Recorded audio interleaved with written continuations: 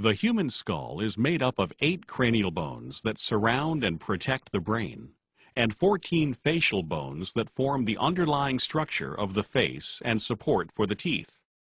With the exception of the mandible, the bones of the skull articulate with each other through joints known as sutures. Throughout the skull, holes known as foramina serve as passageways for blood vessels and nerves. Bones on the surface of the skull encase the brain, protect sensory organs, and serve as attachment sites for the muscles of the head and neck. These bones include the occipital bone, parietal bones, temporal bones, and the frontal bone, as well as the nasal bones, the zygomatic bones, the maxilla, and the mandible. Other bones become more visible only when looking inside the skull. The sphenoid bone makes up the anterior base of the cranium. It is a butterfly-shaped bone with a central body and 2 pair of laterally projecting wings. These wings form portions of the orbit. The body of the sphenoid features a depression known as the sella turcica, which houses the pituitary gland. Located between the orbits, the ethmoid bone makes up a portion of the cranial floor and also the roof of the nasal cavity.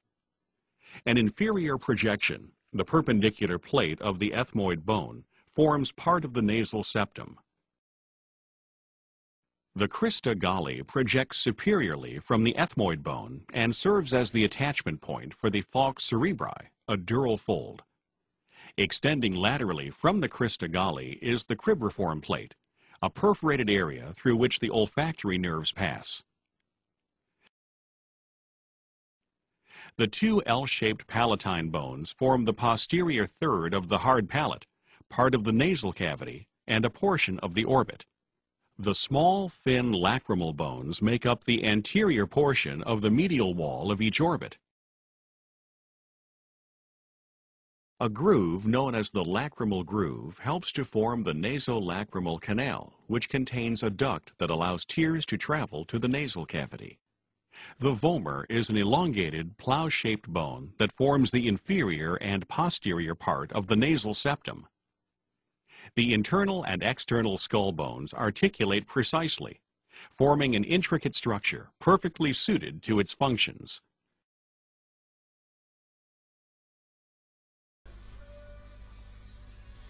El cráneo está formado por 8 huesos, de los cuales 4 son impares y ocupan la línea media, y de adelante hacia atrás son frontal, etmoides, esfenoides y occipital. Y 4 son pares, dispuestos 2 y 2. 2 laterales y superiores, que son los huesos parietales, y 2 laterales e inferiores, que son los huesos temporales, derecho e izquierdo obviamente. Los huesos de la cara los vamos a ver cuando estudiemos macizo facial, así que ahora no les damos importancia. Una cosa que quiero recalcar es esta línea imaginaria que aparece acá, que corresponde al límite entre bóveda y base. Es una línea arbitral, estamos hablando de bóveda craneana, y de esa línea para abajo hablamos de base de cráneo. Bóveda y base pueden ser estudiadas desde afuera, describirlas desde afuera, lo que es una vista exocraneal, o bien hacerlo desde adentro, lo que es una vista endocraneal. Respecto de la arquitectura de los huesos del cráneo, vamos a ver que están formados por 2 tablas separadas por un tejido esponjoso central. La tabla externa y la tabla interna. Y en el medio el tejido esponjoso que recibe el nombre de diploe. La tabla externa tiene la particularidad de ser lisa y convexa en la bóveda craneana. Fíjense, esto es un cráneo visto de arriba, desde el exocráneo, es lisa y convexa, mientras que en la base del cráneo es anfractuosa con irregularidades, saliencias, espículas, debido a todos los elementos que entran, salen y se insertan en la base del cráneo desde exocráneo. La tabla interna, por el contrario, es más delgada y presenta surcos que reciben el nombre de impresiones digitales y son producto de las arborizaciones de la arteria meningia media, acá se pueden ver, y de las circunvoluciones de los hemisferios cerebrales. Y otra cosa que es necesario destacar cuando hablamos de arquitectura ósea es estos espacios aéreos que tienen los huesos del cráneo, que son los senos paranasales. Lo vemos en huesos como frontal, etmoides en sus masas laterales y cuerpo del esfenoides. Ya lo vamos a ver después cuando estudiemos cara eso. Esta es una base de cráneo vista desde endocráneo. Y acá analizamos los huesos que son impares y medios. De adelante hacia atrás tenemos frontal, que es este. Acá está asomando con la apófisis crista galli, ya de paso se las voy nombrando, el etmoides. Hueso llave de la base de cráneo, el esfenoides, hueso que tiene forma de mariposa. Y por último, el occipital. En trencito, frontal, etmoides, esfenoides y occipital. Y laterales tenemos el temporal hacia abajo, con el peñasco, estructura importante del temporal, y hacia arriba los parietales.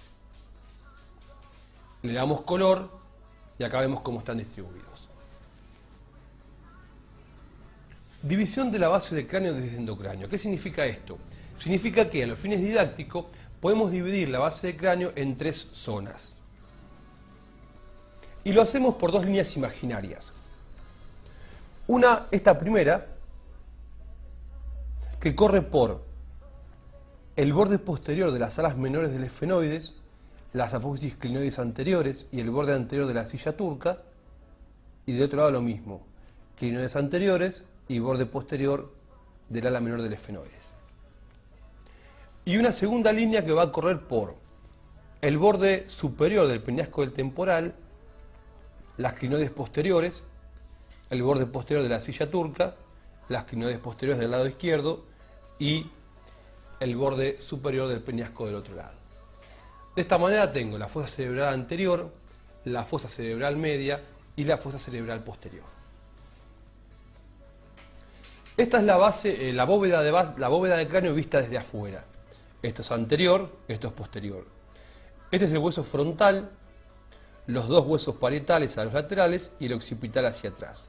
Acá tenemos los parietales. Vamos a encontrar una sutura, que es la sutura frontoparietal, una sutura media y otra parieto occipital. Estas suturas reciben el nombre de sutura coronal para la frontoparietal, sutura sagital para la interparietal o parieto-parietal y sutura lambdoidea para la sutura parieto-occipital. Lambdoidea. L-A-M, lamb, doi, D-O-I, DEA, ya que no se las escribí, se las deletreo. Una cosa que tenemos que destacar son los puntos suturales. ¿Qué significa eso? Son puntos donde se unen más de 2 huesos. Acá tendríamos uno y aquí tendríamos otro. Y se llaman bregma el anterior y lambda el posterior. Si lo miramos de lateral, vamos a ver que tenemos acá un punto sutural entre frontal, parietal, temporal y esta parte de aquí que es el ala mayor del esfenoides, que se llama pterium. Y hacia atrás tenemos otro punto sutural entre el parietal, el occipital y la porción mastoidea del occipital, que se llama asterium. Pterium y asterium. Bueno, gente, vamos a ver agujeros de base de cráneo. No es un tema difícil, pero sí es interesante tenerlos todos agrupados para poder razonarlos o localizarlos más fácil. Entonces, ¿qué agujeros tenemos y cuáles son los más importantes?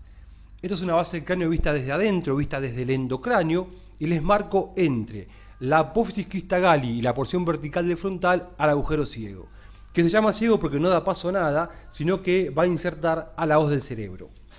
Por detrás del agujero ciego, ya en ambos lados de la crista galli, tenemos la lámina cribosa del etmoides por donde pasan los filetes del nervio olfatorio.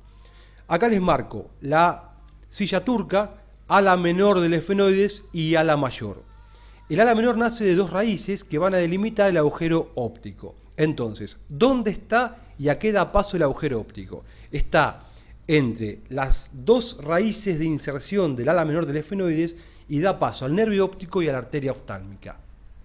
Entre el ala menor del esfenoides y el ala mayor se delimita la hendidura esfenoidal, que contiene a diferentes elementos que se dividen en según pasen por dentro o por fuera del anillo de zinc. Y tenemos, por dentro van a pasar el motor ocular común, el motor ocular externo y el nervio nasal. Y por fuera de este anillo de zinc van a pasar los nervios patético frontal y lagrimal, pastafrola es la mnemotecnia, y la vena oftálmica. Si marcamos ahora el ala mayor del esfenoides, vamos a encontrar ahí tres conductos. Uno bien anterior, que se dirige hacia abajo y hacia adelante, y que es el agujero redondo mayor, que no lo vemos desde la base vista de abajo. No se ve desde el exocráneo en la base, se ve en la órbita. ¿Por qué? Porque se dirige hacia adelante por debajo de la hendidura esfenoidal. Va a dar paso al nervio maxilar superior. Hacia atrás y hacia afuera tenemos el agujero oval, que da paso al nervio maxilar inferior y a la arteria meningia menor, y hacia atrás y hacia afuera de este, casi pegaditos, el agujero redondo menor, que va a dar paso a la arteria meningia media. Acá vemos una órbita vista de adelante, lo ampliamos, y acá se ve el agujero redondo mayor, en la órbita solamente desde el exocráneo, por debajo de la hendidura esfenoidal. Buenísimo. Por delante del peñasco del temporal tenemos el agujero